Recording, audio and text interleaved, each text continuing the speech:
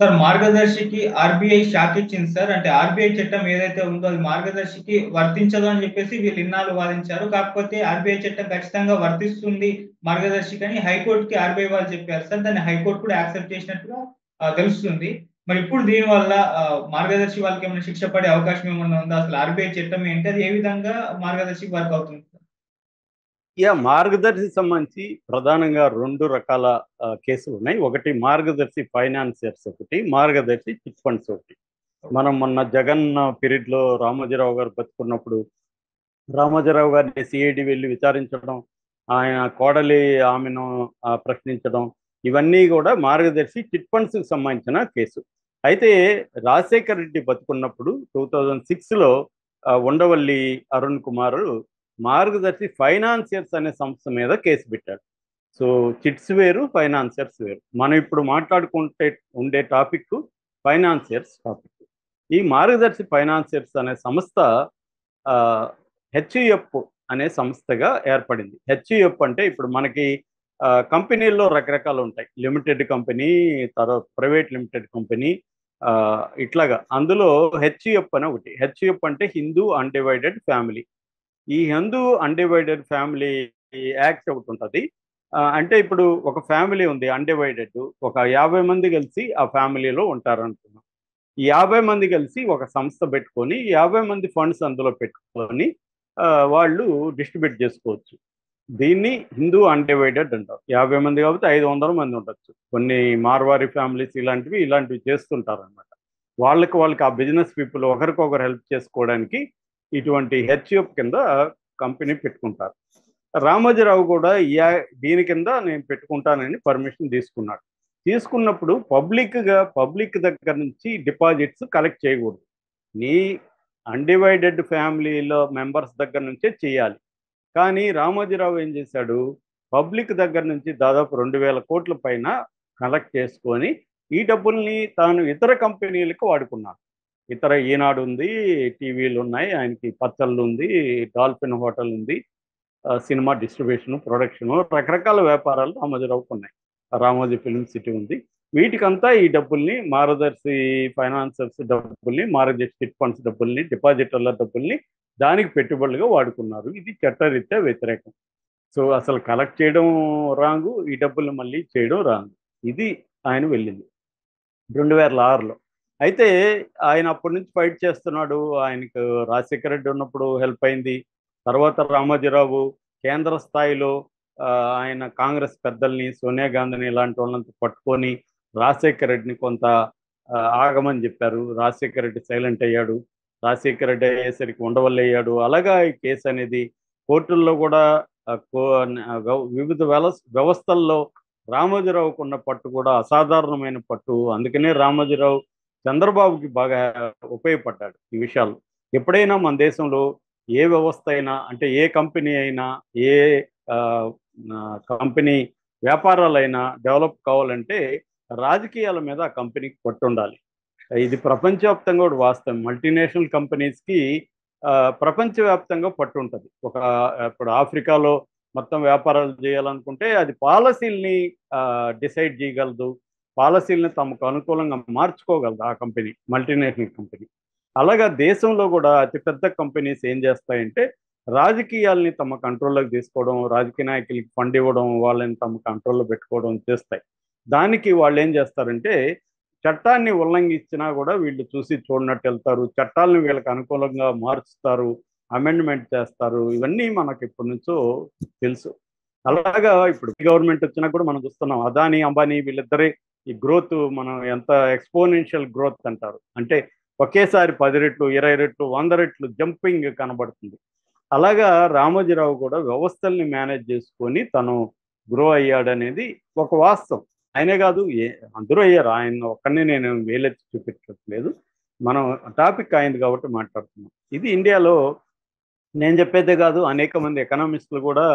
For example Saurabh Mukherjee అని ఆయన చాలా పుస్తకాలు రాశాడు. కయాస్, గురూస్ ఆఫ్ కయాస్ అని ఒక బుక్ రాశారు. అన్యూజువల్ బిలీనియర్స్ అని ఆ బుక్లో నేను చదివాను ఈ 2 పుస్తకాలు. దాంట్లో సౌరభ్ ముఖర్జీ ఇదే రాస్తాడు. ఆయన కంపెనీలన్నింటినీ కూడా దగ్గరుండి రీసెర్చ్ చేసి ఆ కంపెనీల దగ్గరికి వెళ్ళి మాట్లాడి కూడా చేశాడు. ఆయన లండన్ ఎకనామిక్స్లో, స్కూల్ ఆఫ్ ఎకనామిక్స్లో చదువుకొని ఇక్కడ పనిచేసి ఇక్కడికి వచ్చినప్పుడు కొన్ని కంపెనీలు ఆ 3 చోట్ల మోసాలు చేస్తున్నాయని ఆయన గ్రహించి ఆ కంపెనీలని పోయి అడిగితే, మీరు కొత్తగా వచ్చారు కదా సార్, మీకు తెలీదు, మేము 3 చోట్ల కాదు 6 చోట్ల చేస్తున్నాం, మీరు కనిపెట్టలేకపోయారని చెప్పారంట.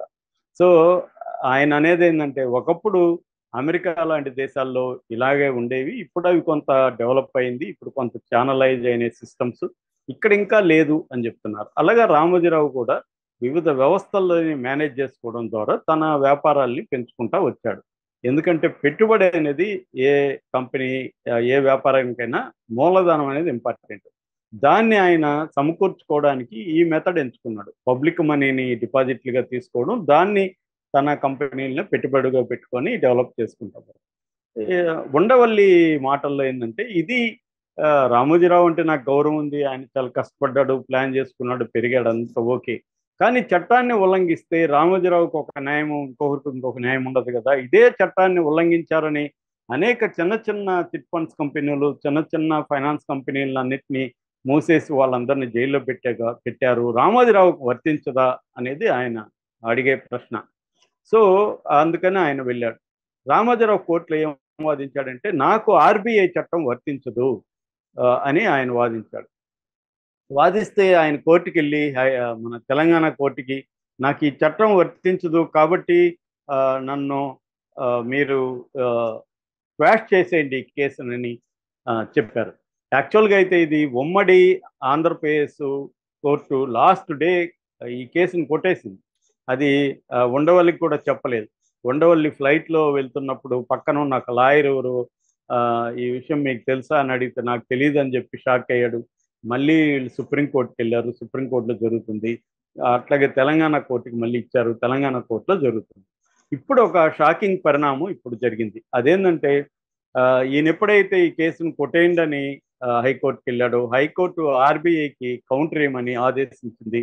మొన్న ఫ్రైడే ఆర్బీఐ కౌంటర్ వేసింది. ఆ కౌంటర్లో ఏముందంటే, ఇది హిందూ డివైడెడ్ ఫ్యామిలీ కింద పెట్టడం కరెక్ట్ కాదు, ఆర్బీఐ చట్టము వర్తిస్తుంది, సెక్షన్ 45 క్లియర్గా చెప్తుంది, పబ్లిక్ దగ్గర నుంచి నువ్వు డిపాజిట్లు కలెక్ట్ చేసావంటే ఆర్బీఐ చట్టం వర్తిస్తుంది.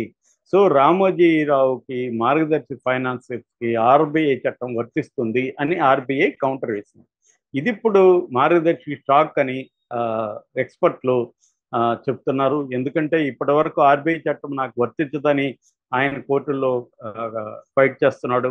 ఇప్పుడు వర్తిస్తుందని ఆర్బీఐ చెప్పడం వల్ల రేపు కానీ అది ప్రూవ్ అయితే, రామోజీరావు ఎలాగో ఆయన లేరనుకోండి, వాళ్ళ కోడలు శైలజ కిరణ్కి కావచ్చు, లేకపోతే దాని ఇప్పుడు ఎవరు బాధ్యులో వాళ్ళకి 2 ఏళ్ల నుంచి 5 ఏళ్ల వరకు శిక్ష పడే అవకాశం ఉంది. అట్లాగే ఈ డబ్బులకు సంబంధించి ఫైన్ కూడా కట్టించే అవకాశం ఉంది. అది కూడా 4-5 వేల కోట్లు ఫైన్ కట్టాల్సి రావచ్చు. ఇవన్నీ కూడా ఇప్పుడు బయటకు వచ్చాయన్నమాట. అంటే ఒక రకంగా ఆర్బీఐ చెప్పింది. అయితే ఇప్పుడు నేషనల్ లెవెల్లో చంద్రబాబుకి పట్టుంది, చంద్రబాబు ఇన్ఫ్లుయెన్స్ చేయగలడు, చంద్రబాబు దీన్ని కాపాడలేడా అంటే కాపాడేయచ్చు. ఎందుకంటే మనం చూస్తున్నాం, కోర్టుల్లో నెలల తరబడి ఇది జరగదు. కోర్టుల్లో నాకు నమ్మకం ఉంది, కానీ రామోజీరావు వ్యవస్థలు మేనేజ్ చేయనట్టుగా ఇంకెవరు చేయలేరని కూడా ఆయన చెప్తుంటాడు, ఉండవల్లి కూడా. కాబట్టి ఇది షాక్ అని చెప్తున్నారు, కానీ ఎంత షాక్, నిజంగా ఆర్బీఐ ఇలా చెప్పడం వల్ల మార్గదర్శి బాధ్యులు జైలుకి వెళ్తారా అంటే నాకైతే డౌటే, అదేం జరగకపోవచ్చు. ఎందుకంటే చంద్రబాబు ఉన్నంత వరకు దాన్ని సేవ్ చేయగలుగుతారు.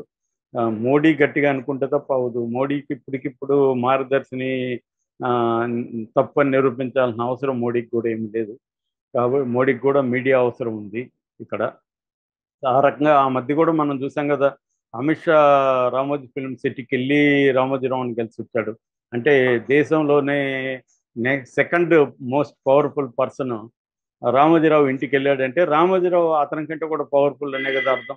కాబట్టి ఆ రకంగా తీసుకున్నప్పుడు రామోజీరావు ఉన్నా లేకపోయినా చంద్రబాబు ఉన్నాడు కాబట్టి యాక్టివ్గా దాన్ని కాపాడగలుగుతాడని నేను అనుకుంటున్నా. ఎందుకంటే చంద్రబాబుకి లీగల్ సిస్టంలో అపారమైన అనుభవం ఉంది. అందులో ఇప్పుడు తను ప్రభుత్వంలో ఉన్నాడు ఆల్రెడీ. ముకుల్ రోహిత్కి తర్వాత లోద్రా ఇట్లాంటి వాళ్ళందరూ తన కంట్రోల్లో ఉన్నారు.